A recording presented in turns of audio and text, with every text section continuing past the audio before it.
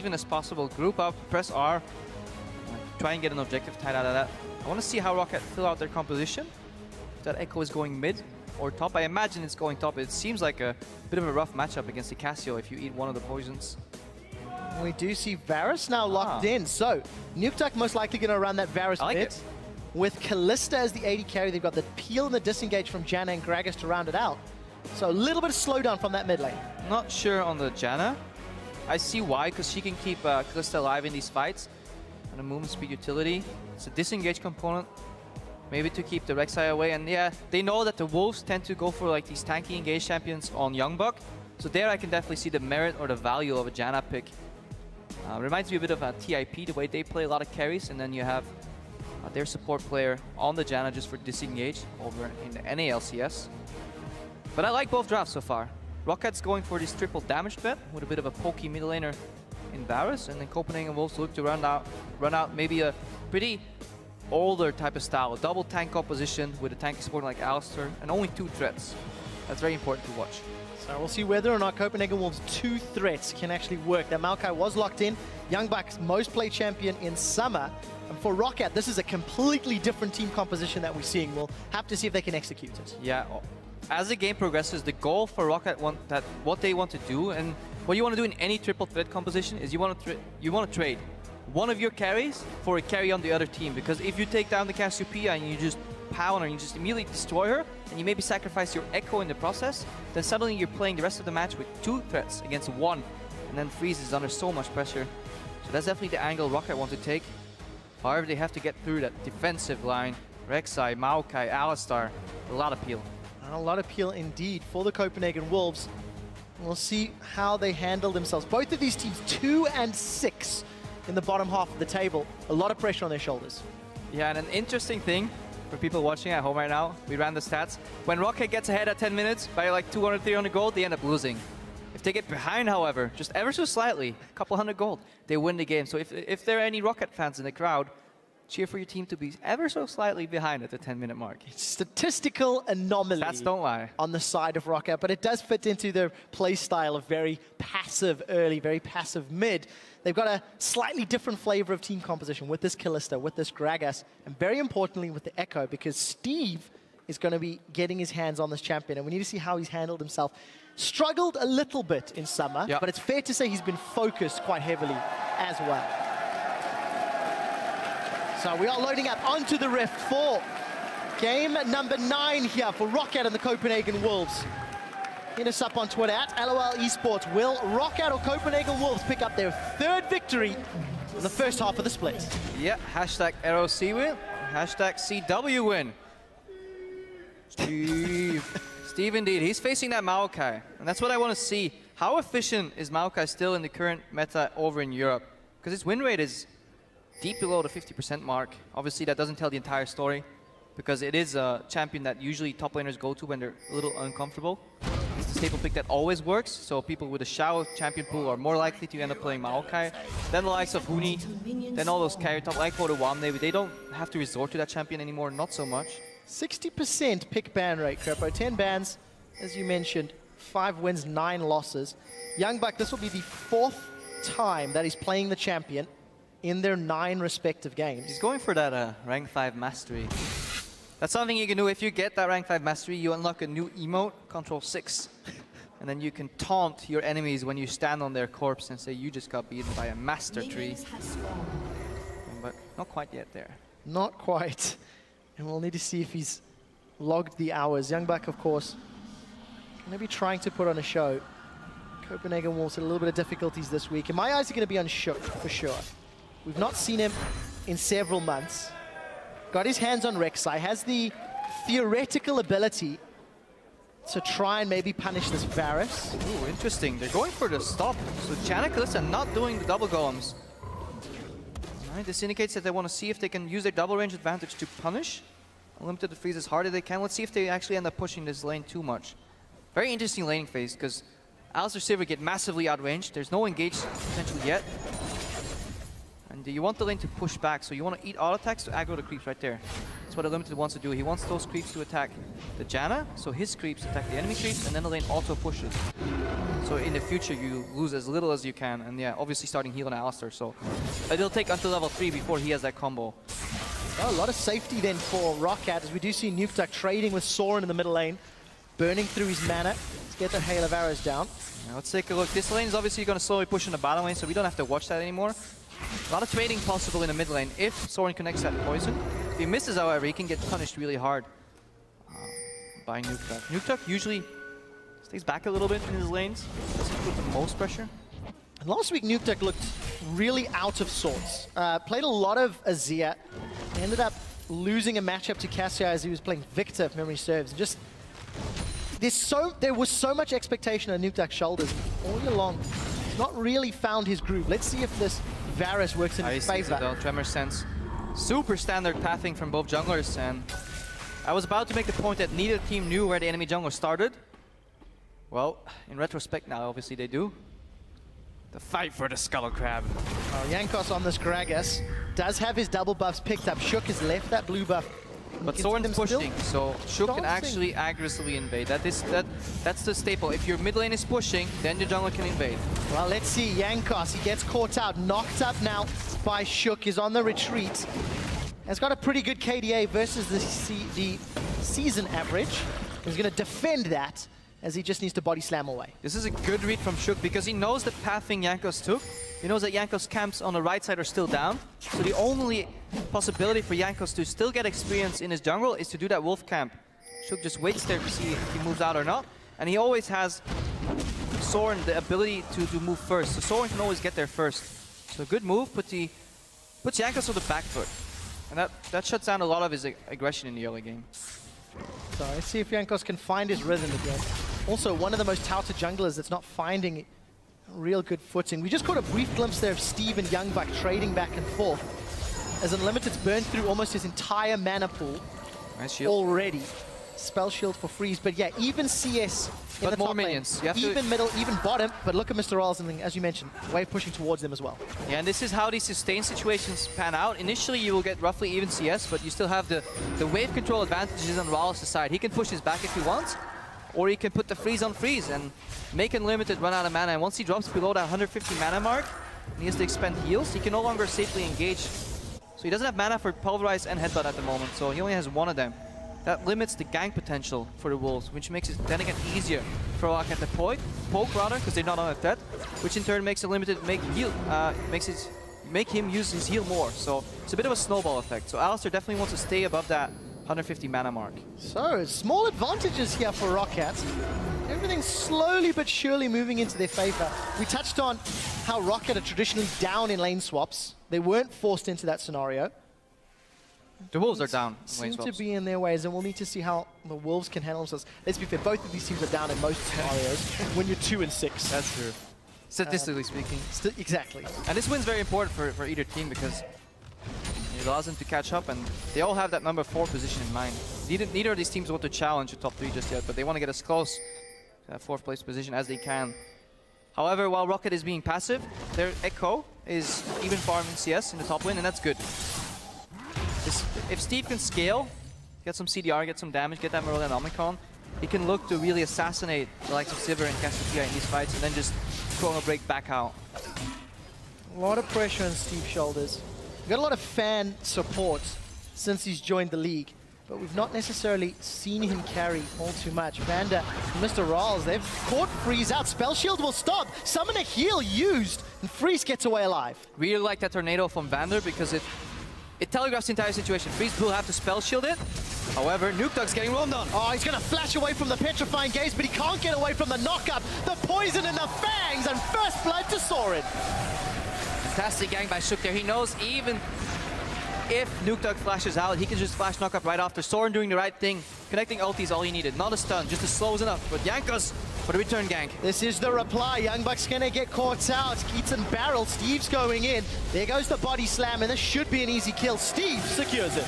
Little cool trick by Jankos. Usually when you approach a Maokai and use your offensive ability, he will try to dodge it with Twisted Advance. Jankos walks in and out. He says, okay, YoungBuck, just use your Twisted Advance. And then he body slams from out of the cast range of Twisted Advance.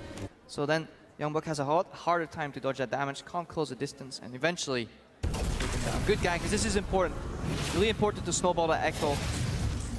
Because Cassiopeia is the least mobile member in Copenhagen Wolves. No flash right now, so they can return gank her later. Jankos still has his flash, so body slam flash into ulti later can shut down and make that even for ROCCAT. A lot of possibilities still. So 1-to-1 in kills, Krepo. We did see Shook in his first game of summer back on the LCS stage, helping out Soren, one of the players who's also needed to step up for the Wolves. Freeze has put on solid performances most of the split. Soren again, a little bit hit and miss. Maybe this extra assistance early on can help him carry on one of his signature champions. A couple item disparities in the bot lane. BF sorted into pickaxe right now, even though the CS is roughly even. However, Freeze survived long enough to almost hit level 6. This is what they need. They just want to go even. And then they can start grouping up for that dragon. So I really wonder if any of these teams are going to use their teleports. Neither Steve or YoungBuck have been excellent at making plays with teleports. Often they TP in and it's so telegraphed that the enemy just walks away. They seem a little hesitant on using them. Both are up though, so a lot of potential plays in here. Time is ticking for it to actually happen. We do see Jankos with his ultimate available and that flash you mentioned. He's been hanging out in this pink but they know he's there. Bush ward. They're pinging him right now because he passed that pink ward on his right. That's crucial. And now Soren will have to do his best application for an Oscar because he wants to keep Jankos there as long as he can while still playing as if he doesn't know for sure that Jankos is there. He wants to step up forward and say, okay, Jankos, you can gank me. Oh, no, I just happened to walk backwards a little bit, giving away his time. Jankos is still in that brush. Top lanes are trading. Well, they are going back and forth. Steve working towards that Morel and Nomicon. And we see YoungBuck, the makings of that Catalyst that protects her. They're continuing to trade. Steve is going to throw out the Time Wander. YoungBuck forced to flash away. Steve is looking for more. He's got the phase dive and YoungBuck's low. Flash forward. Time Wander comes back for the stylish finish. Cool guys, don't look at exploding Maokai. He walks away fully on style. And here we go in the middle lane. And Soren's acting gig has not paid off. Gragas comes in, but he does not land the body slam. Knocks away Soren. Jankos should be able to finish this off. One more barrel slap as Shook actually replies onto Steve up top. Another 1-for-1, but it was YoungBuck that adds a kill credit to ROCCAT. Oh, that looked almost ugly. Jankos tried to do the body slam flash, but he hit a minion that was very close to him, so it didn't carry over that damage. And here we see how Shook came in the top lane and finished the kill. Steve, you got the kill. Take it and leave. Don't stay around. Shook says thank you very much. He stops the speed up, takes him down.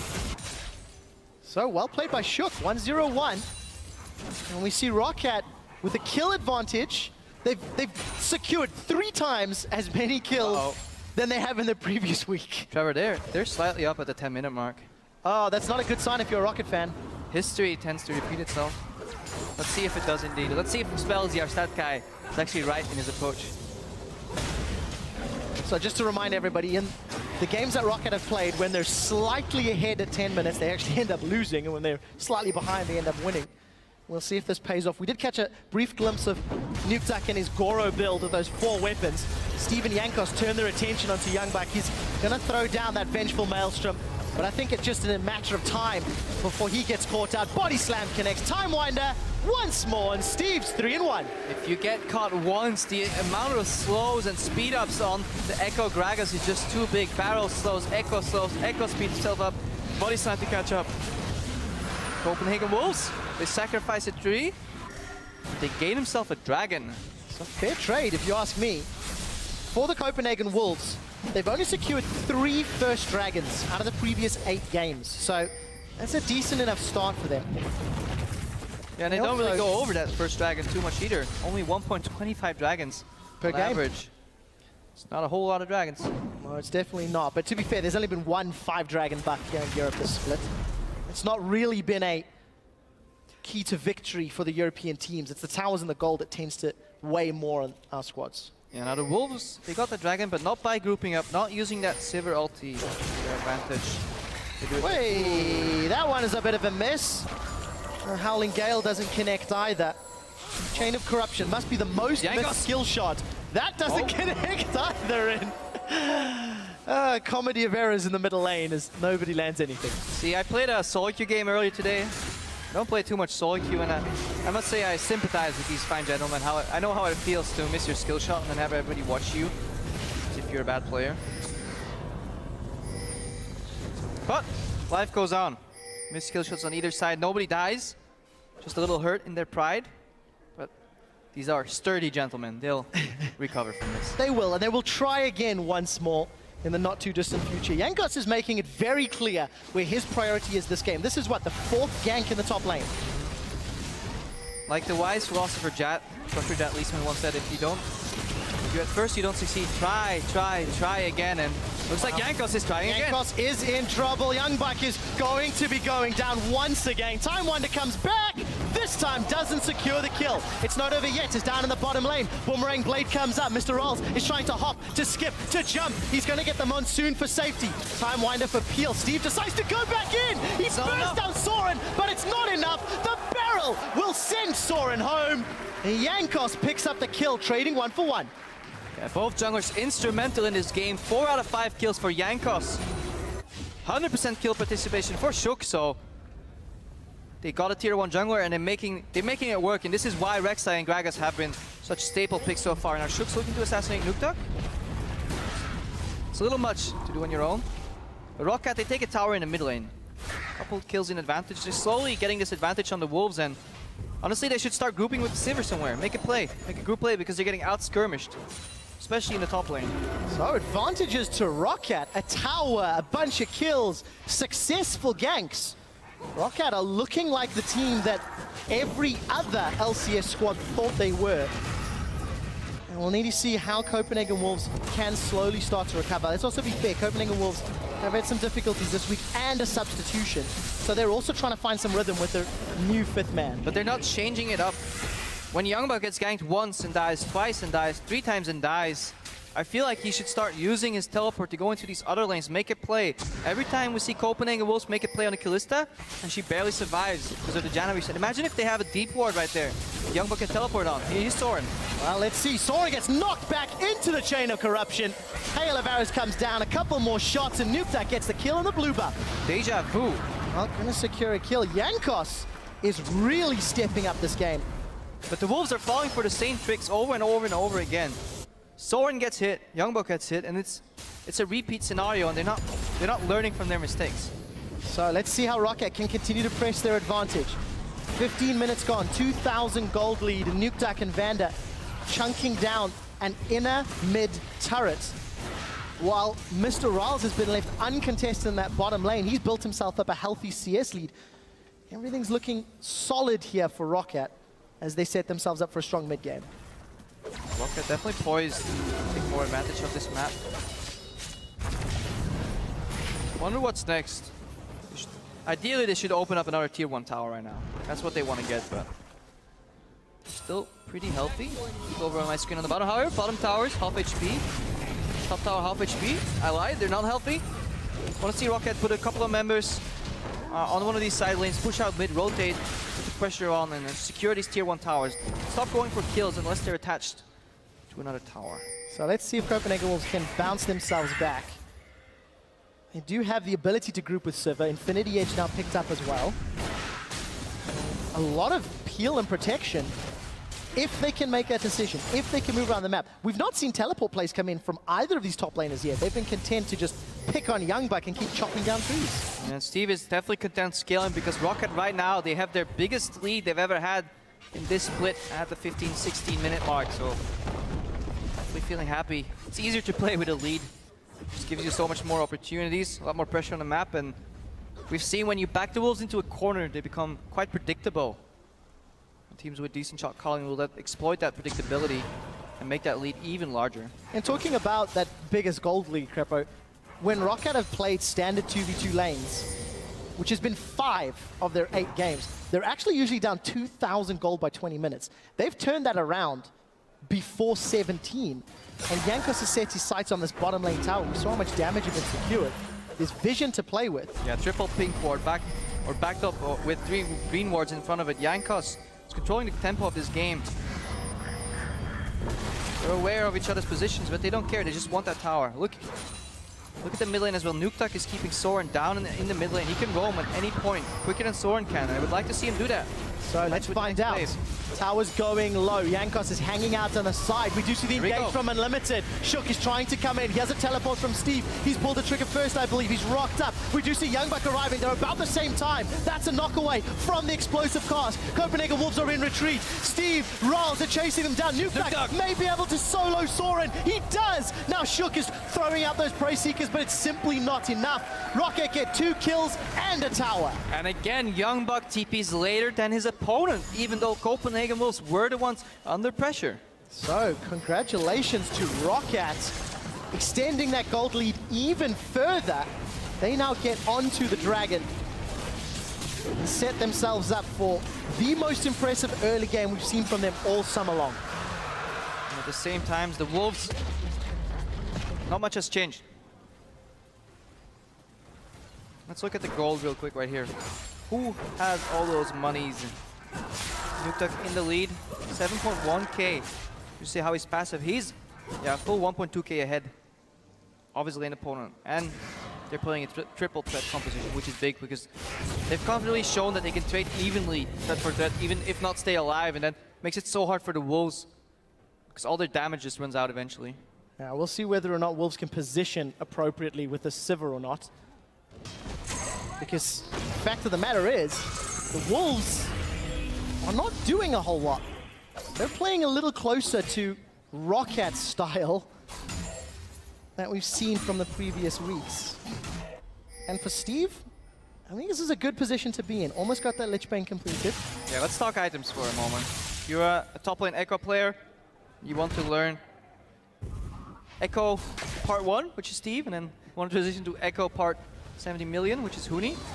Still the build you want to do. CDR, AP Mage Assassin, go in, and then ulti out. Well, YoungBuck is being focused down. ROCCAT have started this one. It's a 3v3 before Nukeduck has arrived. Chrono Break gets the burn down onto YoungBuck as the phase dive throws him onto Unlimited. We did see that chain of corruption thrown out from Nukeduck to add to the mix. 2 kills and another tower. And the best part about Chrono Break is that it resets tower aggro, so it facilitates dives, and if you fight for 2 or 3 seconds, then eventually you will go back to your ghost. But if you're in the same place, that's right where your ghost is, and you do massive AoE damage.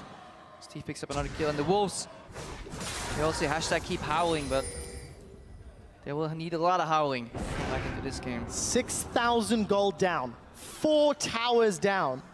Soren wants ROCCAT. ROCCAT has not left this lane. He knows he's around, but just doesn't know where. Is anything gonna happen? You feel tension. That's palpable. That's why I'm stopping. Are you adding dramatic? Yeah. Well, that was anticlimactic. I'm not gonna lie. Shook taking down a Grump. So I have to talk a little bit about ROCCAT's comp. With the amount of vision they have in this top lane, the obvious objective is going to be that inner turret. They seem to be prioritizing that. Or just vision. If at any point do they set their sights on Baron? I mean, if you're a little hesitant in your approach and you don't have a clear tank that can survive the Baron long enough, which actually ROCCAT do in Gragas, what you can do is just ward up the enemy jungle and contest the neutral objectives, the buffs, and then to a second extent the Raptors and the Wolves. Smite away their Wolves, which gives removes the fact they can obviously not smite it themselves, so they don't get that little ghost patrolling the area. Smite away their Raptors, kill the Raptors so they don't get that free Oracle buff to clear the vision, and then slowly push them in back into their base, and then they have to be afraid to face check everything, and then you can go for a Baron. The mistake a lot of teams make is they feel like the 2 wards around Baron are enough, but when you play against a team on purple side, they can easily sneak in a ward, stop your Baron attempt, and kill the temple. So it's better to spend a little more time setting it up and executing it cleanly, rather than trying like 4 times in a row and failing. Of course, with that Kalista, you're always going to have that range safety to play with. Teleport will be available for Steve shortly. Yeah. We do see MrRallez land a couple of shots. ROCCAT has secured 7 Barons to the Wolves' 3. So a little bit more priority on that objective. They've got themselves a super solid lead, and it's Soren that's left to defend against Steve's split push. So we're 21 minutes into the game. Copenhagen Wolves haven't grouped a single time with their Sivir, because ROCCAT is pressuring them in the side lane. Steve is always drawing somebody there. We see RALZ moving to the top lane. He doesn't want to group in mid lane. He doesn't want to facilitate that group. ROCCAT want to go for the 1-3-1, warding between and make pickoffs. Well, let's find out. Jankos does throw down the explosive cast. Freeze is most likely going to pick this kill up. We do see him continuing to chase with on the hunt. Jankos still alive. He gets a shield, still alive. Monsoon will keep him alive for a few seconds longer, enough to get the 2 AD carries of ROCCAT into the fight. They've now traded 1 for 1. We see Unlimited being chased away by those Renstacks, and Shook was caught up. It looks like he's going to get run down as well. Copenhagen Wolves get 1, lose 2, and Unlimited will follow suit. Who's going to get the kill credit? MrRallez. No one not is. going to land the shot. Double flashes. They really want the triple, and they get it. Yeah, very poor target prioritization from Copenhagen Wolves. They could have killed ROCCAT here. Wow, look at that Soren. damage. Petrifying Gaze doesn't stun. Steve jumps in. The Archangels is going to keep at least Soren alive a few seconds longer. But ROCCAT now set up onto the tower. Yeah, and the Copenhagen Wolves, they focus down the tank. This allows ROCCAT to buy enough time for RALEZ to just keep hitting people over and over. Nobody was hitting him. Twisted Advance did not connect on the Kalista. Here's Super Shook coming back in. And we do see Steve. He's going to chrono break to safety, split up the threats. Copenhagen Wolves looking for something and not going to find it. ROCCAT have now been able to regroup. The teleport and Void Rush was used for absolutely nothing. YoungBuck's tree has been focused so heavily. 0-6-2. They're not looking too great. And 10 deaths are on 2 people on the Wolves, and that's big. Look at it. They find Jankos, which is alright. So why use your combo here if you're Alistar? Just get RALEZ. Somebody just get RALEZ. And look, Jankos doesn't have anything left. You can go to RALEZ right now. Just focus him. Twisted Event. No, that's the wrong target. And then RALEZ is still untouched, hitting people over and over again. And then once he gets that Rend execute, nobody's going to kill him anymore. Well, the Wolves had their window right there. I feel like they missed it a bit. They should have grouped earlier. You see how easy it is to catch people off guard when they get lulled into this false sense of security because of the gold lead. Which is why Sivir is such a potent pick. Definitely first pick worthy, in my opinion. If you group, if you don't group and you don't use the power, you find yourself 10,000 gold down. And with all the wave clearing threat that Sivir has, no towers secured yet for the Copenhagen Wolves. Ooh, Yeah. Soren between a rock and a hard place.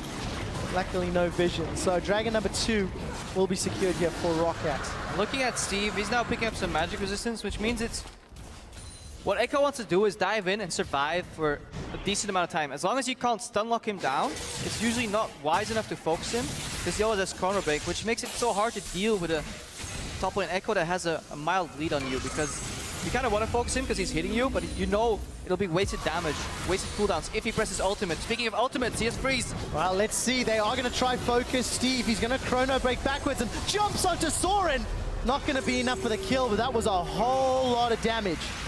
The rest of ROCCAT did set themselves up towards Baron, but they didn't start it.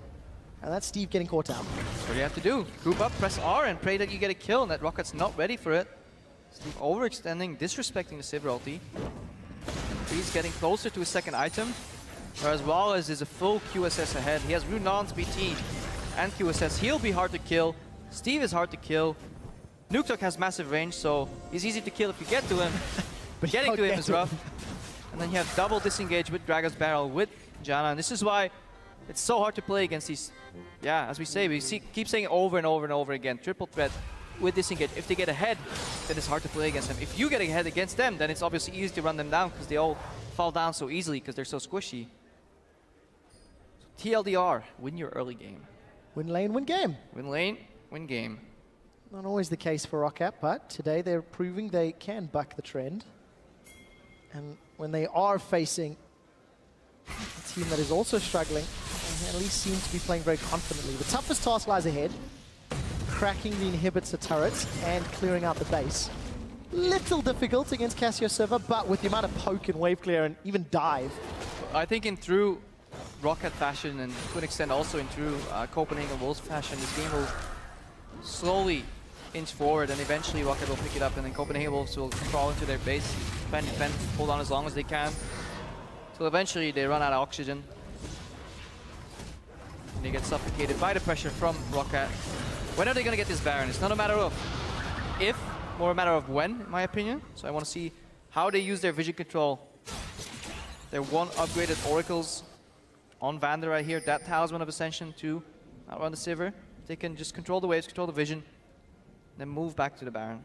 It's interesting to see the Talisman Ascension of both Janna and Alistar. Item's gaining a lot of popularity in the last couple of weeks. Very meta. Since it has changed, it gives you a little extra gold, longer range, a little more regen. Mobility is key in a lot of these team compositions. Here we go, Shook gets poked out. He's gonna flash over the wall, gets away from the explosive cast, but flash used. So we know those flash knockups not gonna be available for several minutes, meaning Nukeduck a little safer on that back line. One less threat for the next team fight. They need to get rid of that pink ward right there. If they can get that out, push Copenhagen Wolves into their base and then disappear into the darkness without allowing them to put any more wards near the Baron pit, then they can facilitate that bait. Here's a Limited. So let's see, Unlimited throws down the Unbreakable Wall. He too flashes away. Next. ROCCAT playing the waiting game effectively and continuing to get summoner spells. Now they don't have to do it super cleanly rather because they have the Kalista Ren to execute the Baron. So let's keep an eye on those stacks. Shook. Oh, he knows. Gonna move around. He knows full well this is happening, especially because he's just put a ward down. Teleports for both Steve and YoungBuck. Look at them in the bottom of your mini-map. 3,000 hit points on Baron. Here's the TP from YoungBuck. He'll arrive a second lower. Secured by the Ren, but this might get messy as ROCCAT are retreating. Chain of Corruption is going to try lock Copenhagen Wolves together as Jankos is taken out. Vander and ROCCAT, they're retreating. They're hopping backwards, but YoungBuck is staying alive and staying true. Freeze gets a kill, gets a double. ROCCAT lose 4 for the Baron, and I'm not sure that was worth. Yeah, me neither, Trev. Yeah, ROCCAT start the Baron, but they give enough time for the Copenhagen Wolves to come up with a plan. They place a ward. The ward doesn't get swept, so you can still TP on it. And in that fight, Limited 500. 18th player to do so in Europe, Krepo. Yeah, 500 assists. Great mark. And this, yeah, makes the game interesting. We see the power here if the Wolves can group and distract ROCCAT a bit, and if they're not in a good position to make their disengage efficient. Jankos was low. Let's watch it again. Jankos watches HP. We're focusing. Shook goes for the steal, but now YoungBuck is actually first. And we see Unlimited going with the zone, 2-man combo. So that forces the flash from MrRallez. And now YoungBuck's in the middle of them, so they have to run away. Even though he flashed backwards. Okay.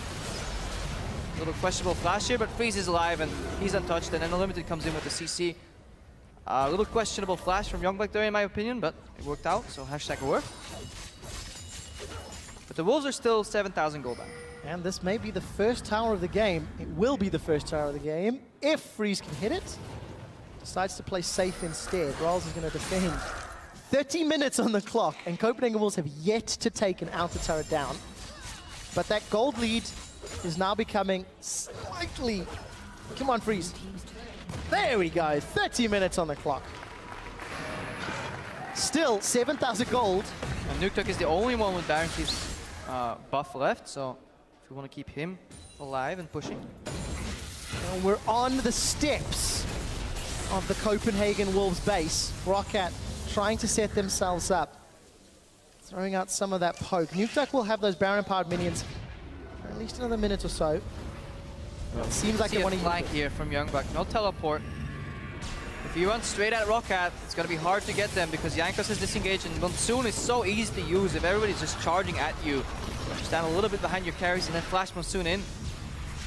Look at the tower crumble. We need a flank. Somebody needs to get to the side, threaten the flank from ROCCAT and force them back, or at least make their position a little more awkwardly. But nobody opts to do so. Look at that tower getting chunked down. That Baron-empowered siege minion. No flashes on Wolves. This is vital. If ROCCAT are tracking these, they know they have the safety to move up. And Wolves become so predictable in their approach.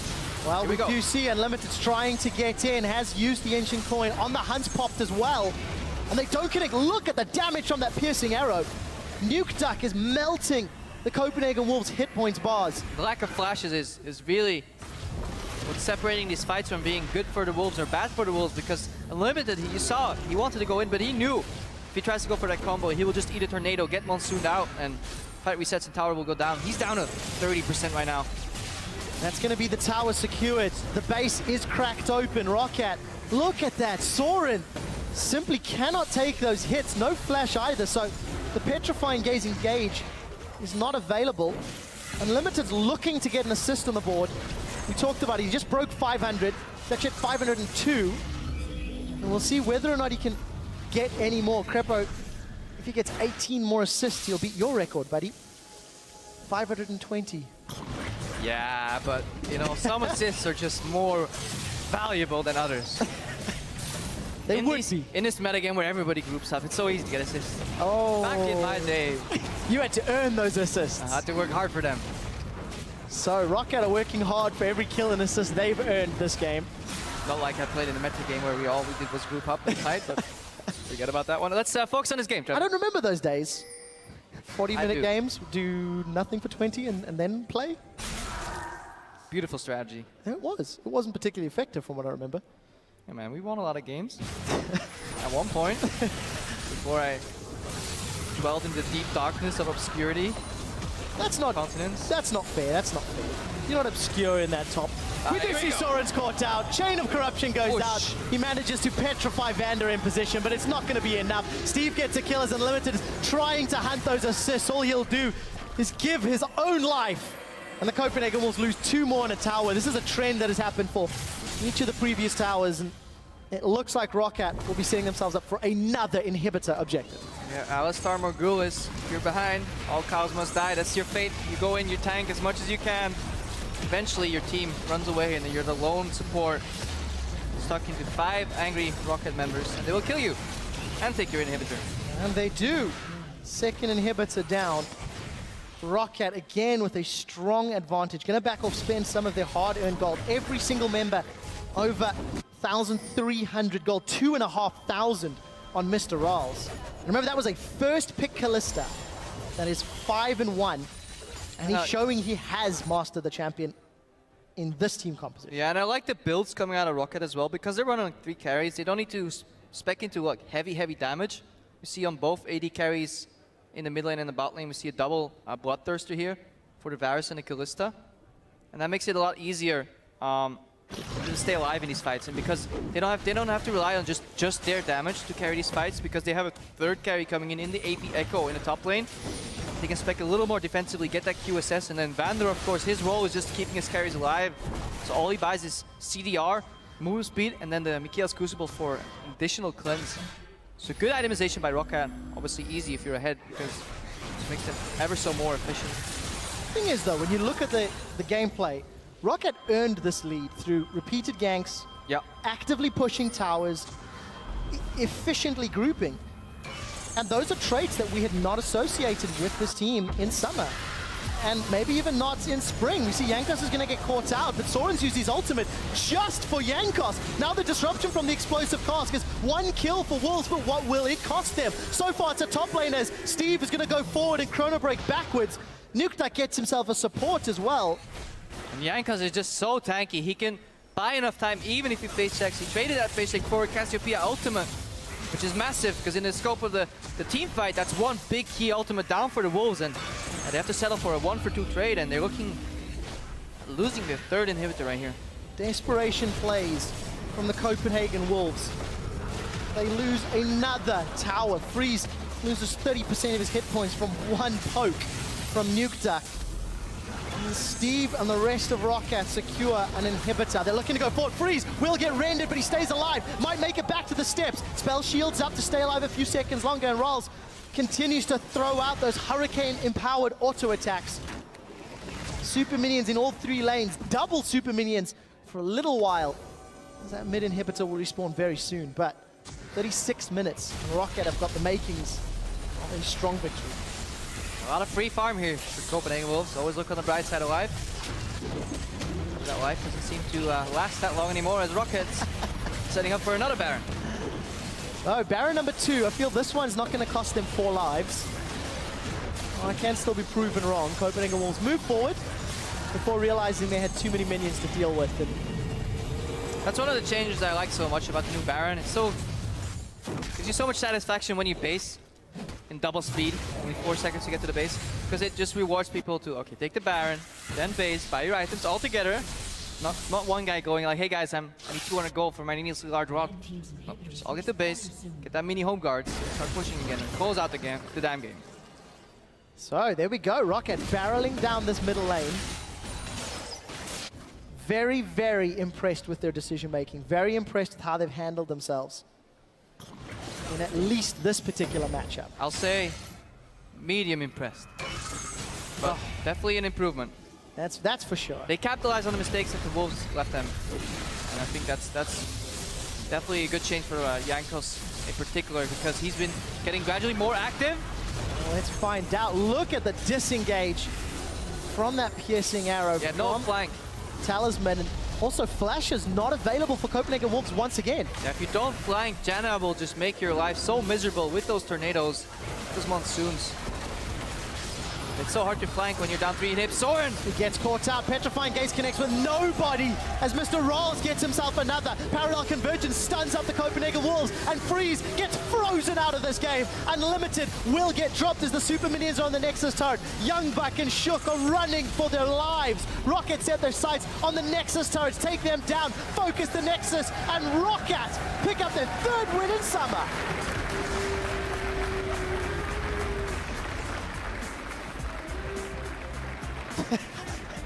MrRallez is a tall boy, and he put on a tall performance that game. Yeah, but the man on the right there, Jankos, I feel he really carried his game on his shoulders. They took out his Lee Sim, but then they left open the Gragas. Not sure if I like that approach. Yes, they trade tier 1 junglers, but it seems that Jankos could do so much more with that pick. Repetitive ganks on YoungBuck, repetitive ganks on Soren, and while Shook had a decent early game, to give that early counter jungling was good.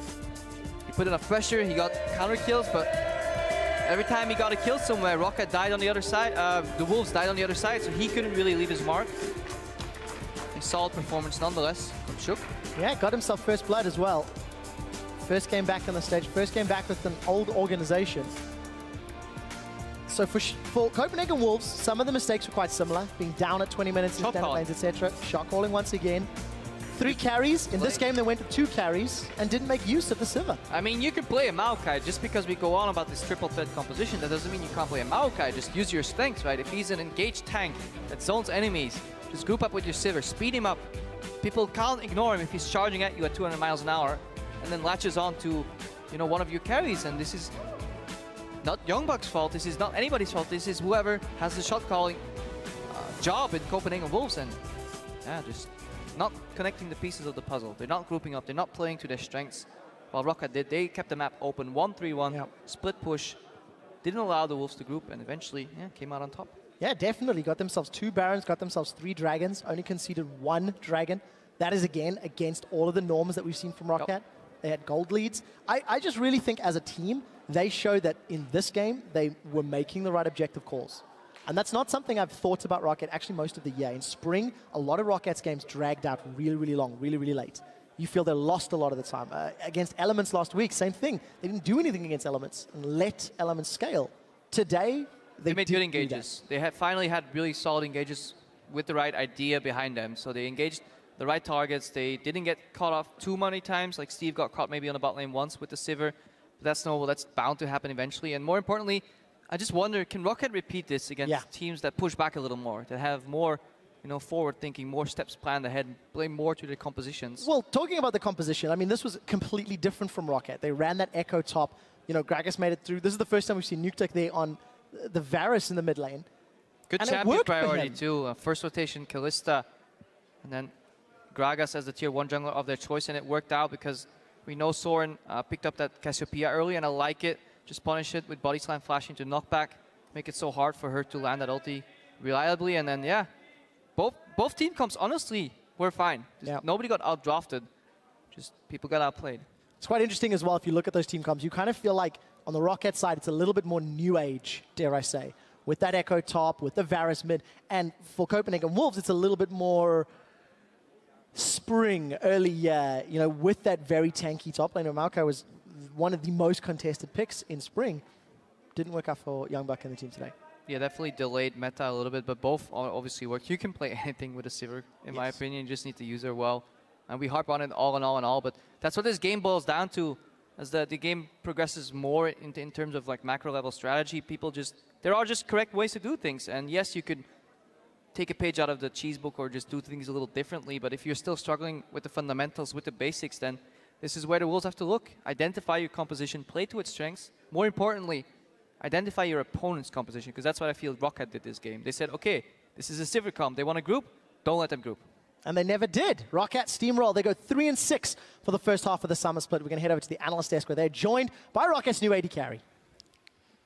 Thank you very much, Quickshot. Yeah, we're joined here by MrRallez. First off, welcome back to the LCS and welcome to the desk. Thank you. Yeah, very good to see you again. And, well, a very good game from you